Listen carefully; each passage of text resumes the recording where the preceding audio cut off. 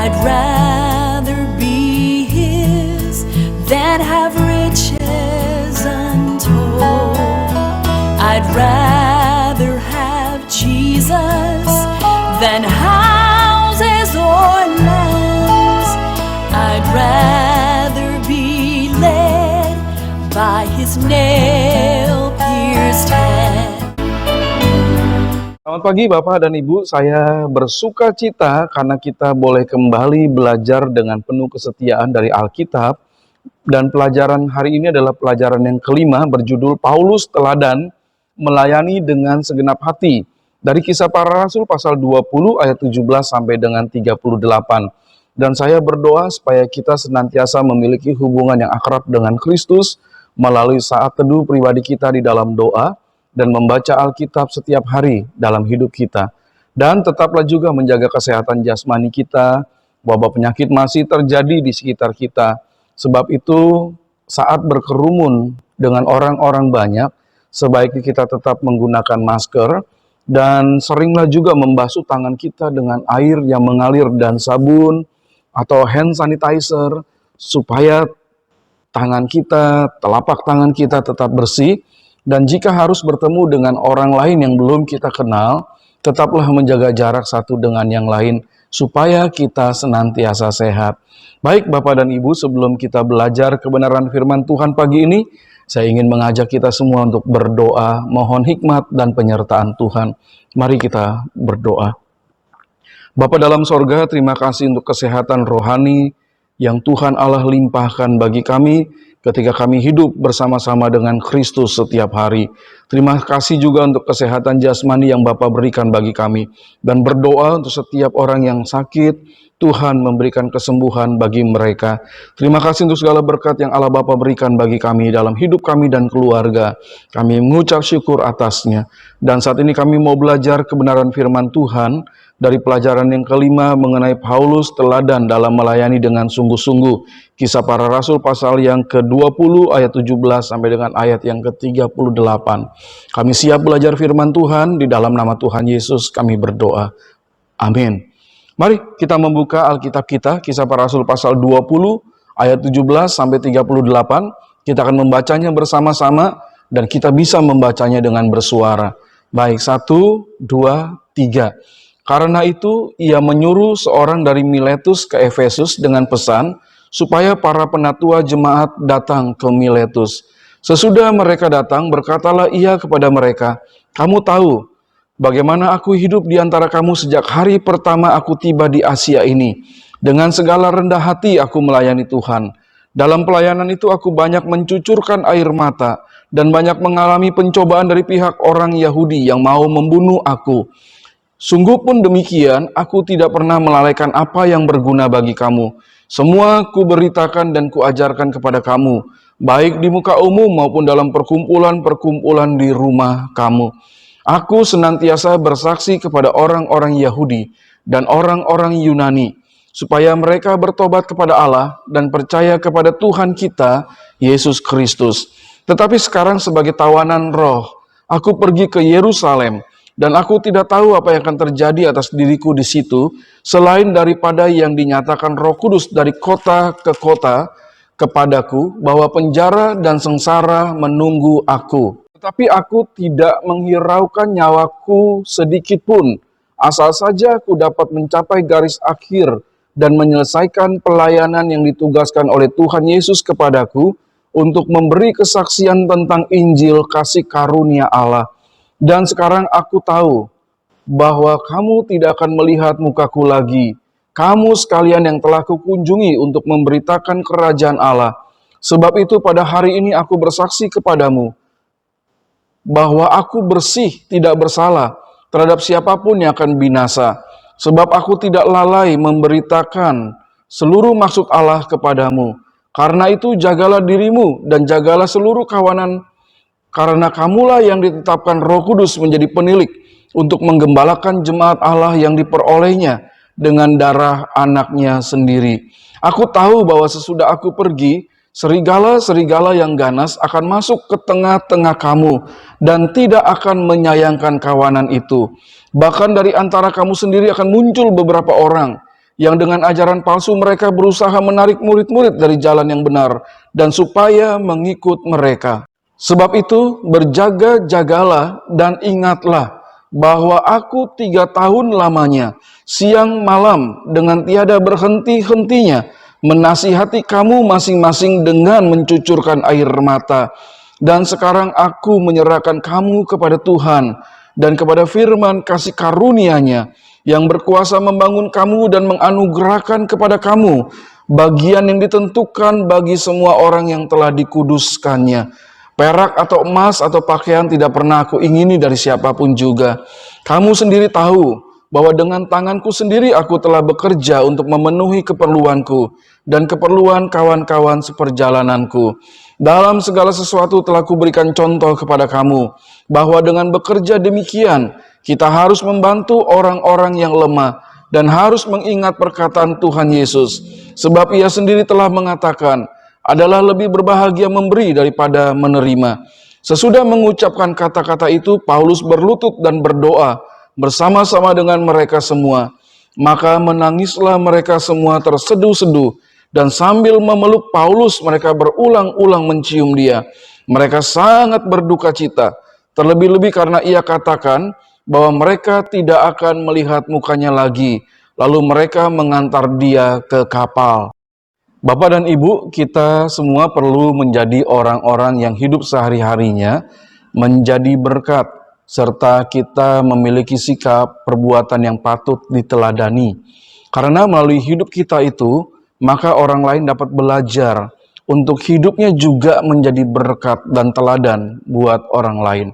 Nah, pagi ini kita mau belajar dari hamba Tuhan, yaitu Rasul Paulus, yang patut diteladani dalam melayani dengan segenap hati dan memberitakan Injil meski banyak tantangan, kesulitan, penderitaan yang dihadapinya. Nah, kita perlu juga menjalani hidup seperti yang Paulus sudah lakukan, hidup yang patut diteladani dalam hal melayani dengan segenap hati. Sekalipun kesulitan, masalah, pergumulan terjadi dan kita hadapi, kita tidak boleh menjadi mundur. Kita tidak boleh tidak mau melayani lagi karena kesulitan dan segala macam yang memberatkan hal itu. Ada hal yang memberatkan memang dalam melayani dengan segenap hati kita. Namun, jika kita bertahan sampai pada kesudahan, maka Tuhan Yesus akan memuji saya, Bapak dan Ibu. Nah, dari kebenaran tersebut, mari kita melihat kepada diri kita. Apakah yang membuat kita dapat menjadi orang yang patut diteladani?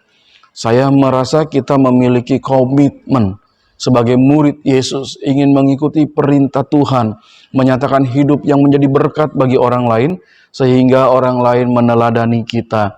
Komitmen kita untuk hidup sebagai murid Yesus, itulah yang membuat kita patut diteladani. Yang kedua, bagaimana sikap kita saat kesulitan terjadi dalam pelayanan? Firman Tuhan memberitahu bahwa pelayanan dengan sungguh-sungguh itu pasti menghadapi kesulitan-kesulitan.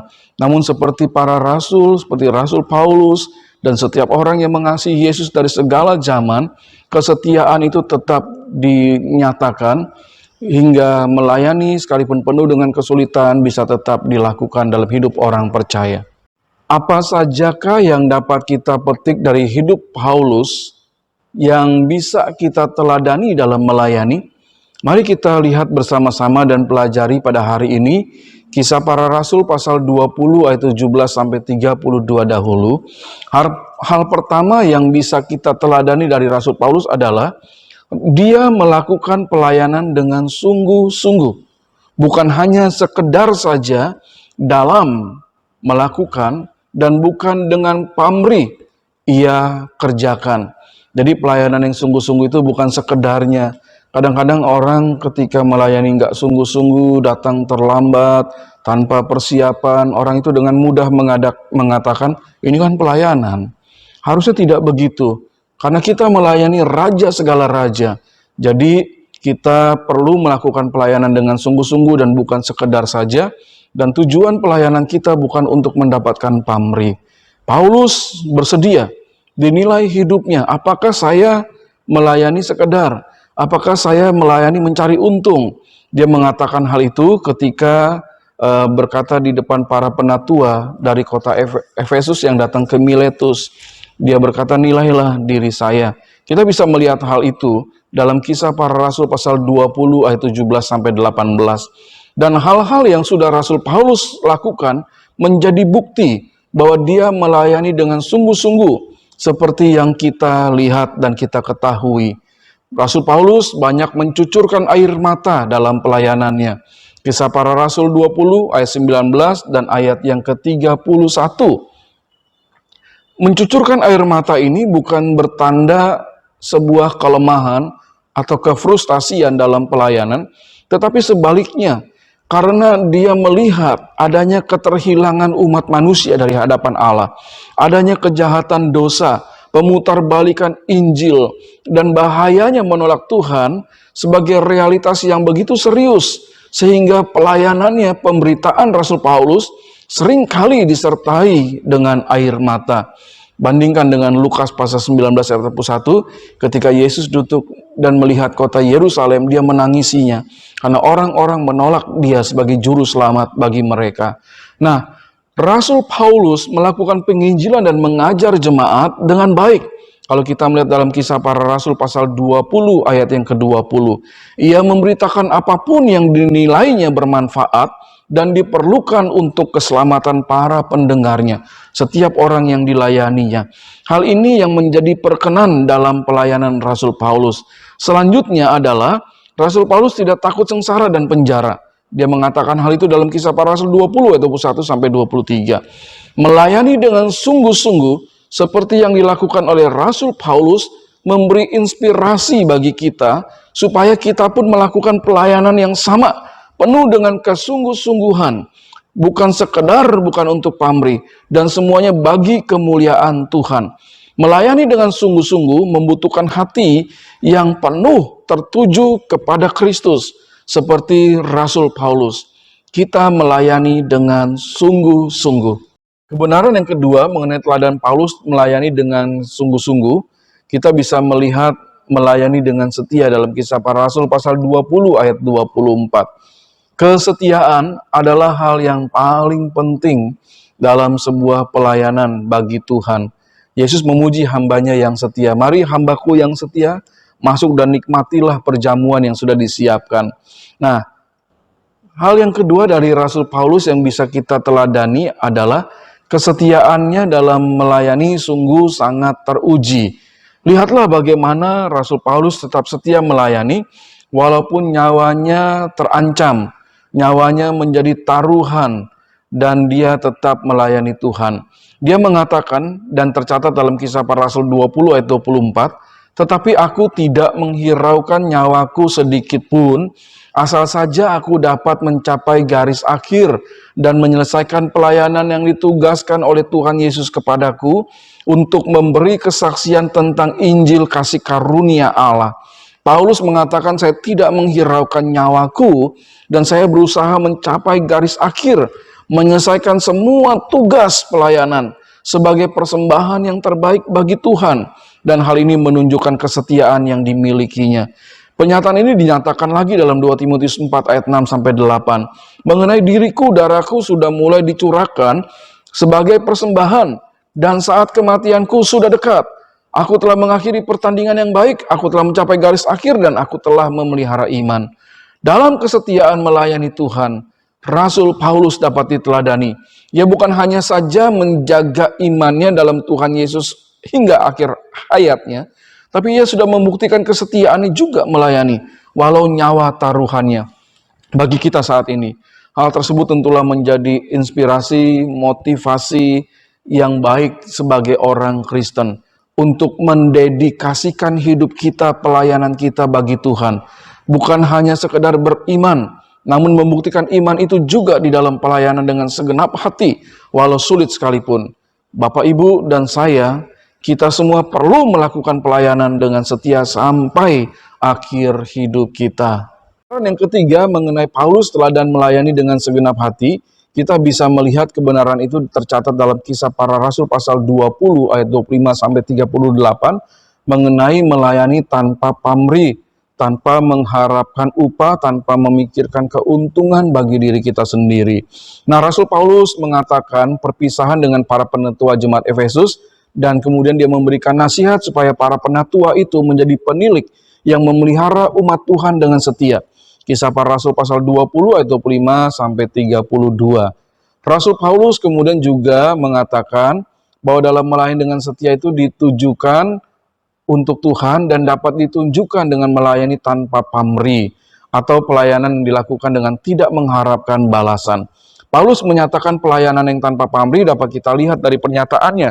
Pertama, dia tidak mengharapkan harta benda dari jemaat. Dalam hal ini dia tidak pernah menginginkan atau mencari kekayaan dari kegiatan yang mengabarkan Injil. Kisah Para Rasul ayat 20 sampai 3, Kisah Para Rasul pasal 20 ayat 33. Kedua, Rasul Paulus bekerja untuk mencukupi kebutuhannya sendiri.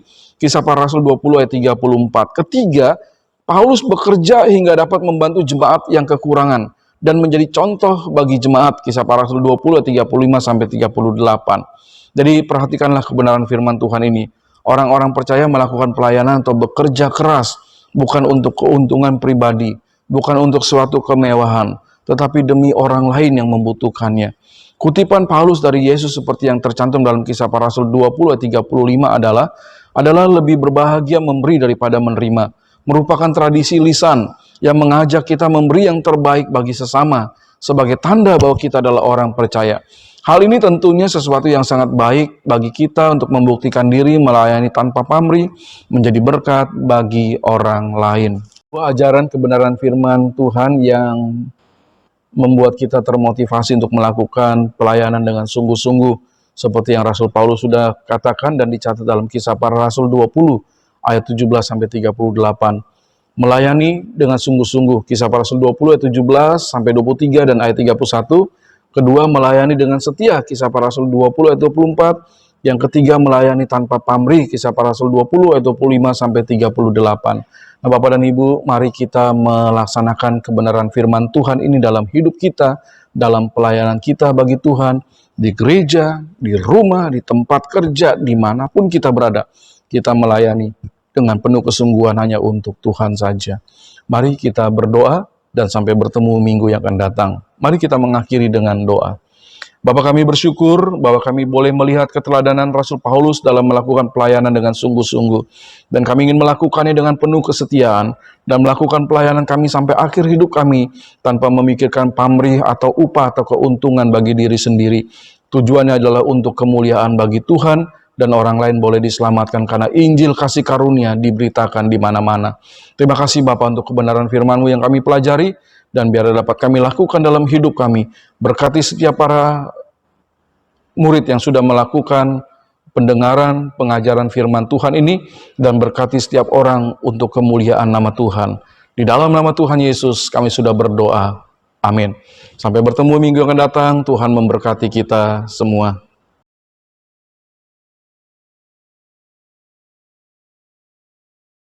Than to be the king of the vast domain, or be held in sin's dread sway. I'd rather have Jesus than anything this world affords today.